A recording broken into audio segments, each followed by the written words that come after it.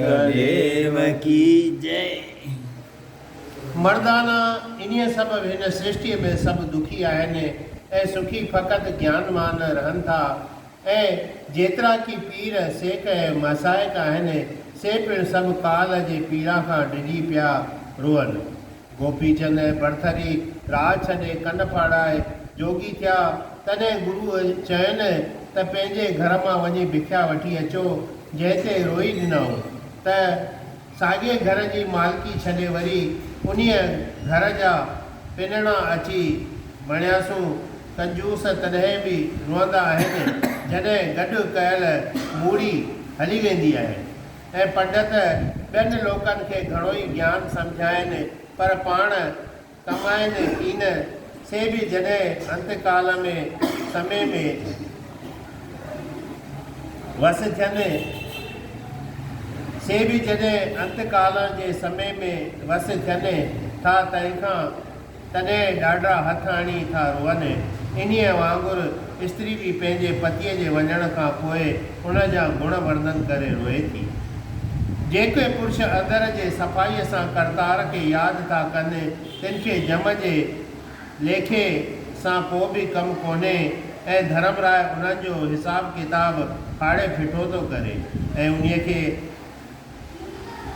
अॻियां वञण में किथे बि अटक कान थी थिए। शाहूकार सतगुरनि जे मुखारबिंद खां सॼो सार ॿुधी महाराजनि जे पेरनि ते किरी पियो ऐं विनंती करे चवणु लॻो त तव्हांजे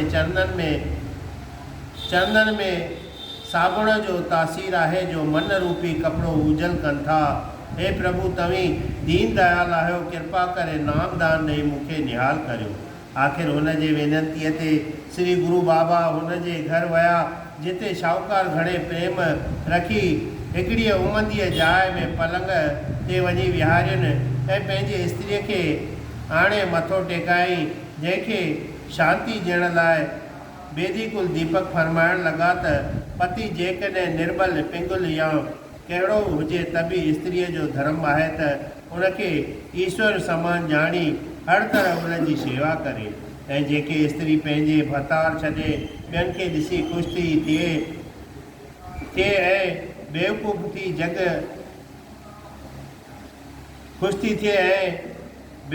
थी जग मर्जात छॾे काम चेष्टा लाइ वञे थी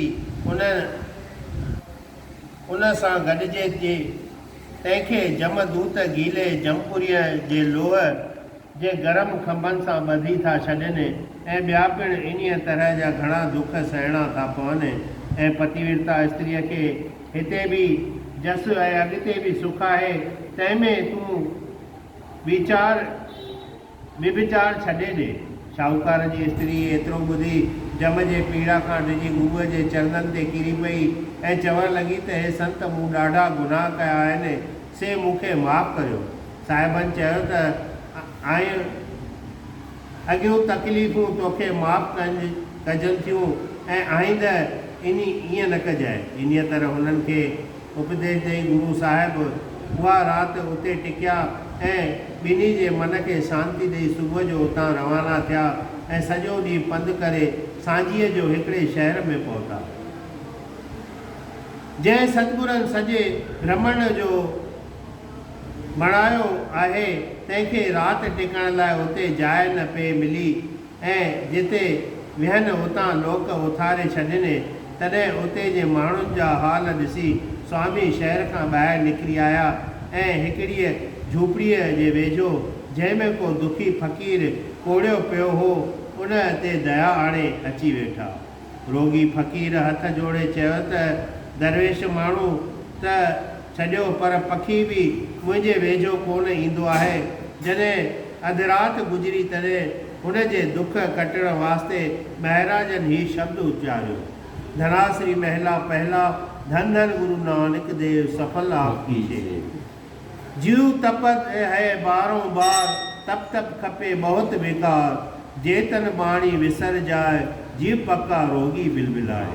बहुता बोलण जखण होए, बिन बोले जाने सब कोए किराव, जिन कन कीती अखी नाक, जिन जीवा कीनी बोले ताक, जिन मन राखिया अग्नि पाए, वाजे पौण आके समझाए। जेता मोहे प्रीत स्वाद सभा का लख दागा दाग दाग दोष मुहे चलिया लाए। दर्ग बेसण नाही जाए। करम मिले आखण तेरा नाम जित लाग तरना होर नाही ठाव। जेको बूझे होवे सचियार नानक सर्ब का एक दाता। सतगुरन जो ही सजो शब्द पंहिंजे जुबान सां चयो। हिन फ़क़ीर माट करे वेठे ॿुधो। जंहिं ॿुधण सां हुनजे देह हिकदमि अरोगी थी वई ऐं मन जो शौक़ निवृत्त थी वियो। हुनजी ॿुधी निर्मल थी मन जी मैल नाश थी वई ऐं सुबुह जो सवेरो उथी स्वामीअ जे चरणनि जी पहल वरिताई ऐं हृदय में भक्ति जाॻियसि। इहा ॻाल्हि शहर में ज़ाहिर थी जंहिं ते सभु माण्हू भेटाऊं खणी साहिबनि जे दर्शन लाइ आया ऐं हथ ॿधी माफ़ी घुरियऊं त तव्हीं संत परोपकारी आहियो ऐं तव्हांजे दर्शन ख़ाली न आहे। असीं तव्हांजे सरनि में आया आहियूं त असांखे पंहिंजो दास ॼाणी गुनाह बख़्श करियो। महाराजनि वेनती ॿुधी हिननि खे माफ़ी ॾिनी ऐं सभिनी खे पहल पीआरे सतनाम जो मंत्र ॾेई सतसंगत जो उपदेश कयो ऐं पोइ उतां अॻिते रवाना थिया।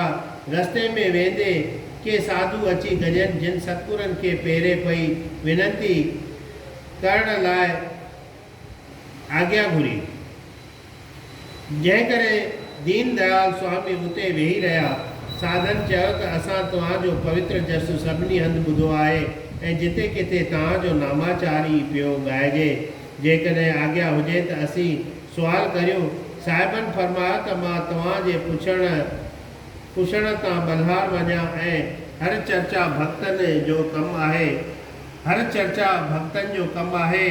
जंहिं करे प्रेम वधे थो ऐं उन वास्ते ई चयो आहे त ज्ञान कथा ॿुधंदे ऐं ॿुधाईंदे जेको वक़्तु गुज़रे थो सो सफलो आहे।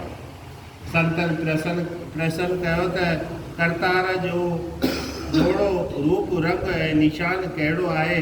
दया करे असांखे उनजो उत्तर पूरीअ तरह सबबनि सां ॿुधायो ऐं पिणु सम्झायो त उहो परमात्मा जंहिंखे देवताऊं मनुष्य खोजींदनि था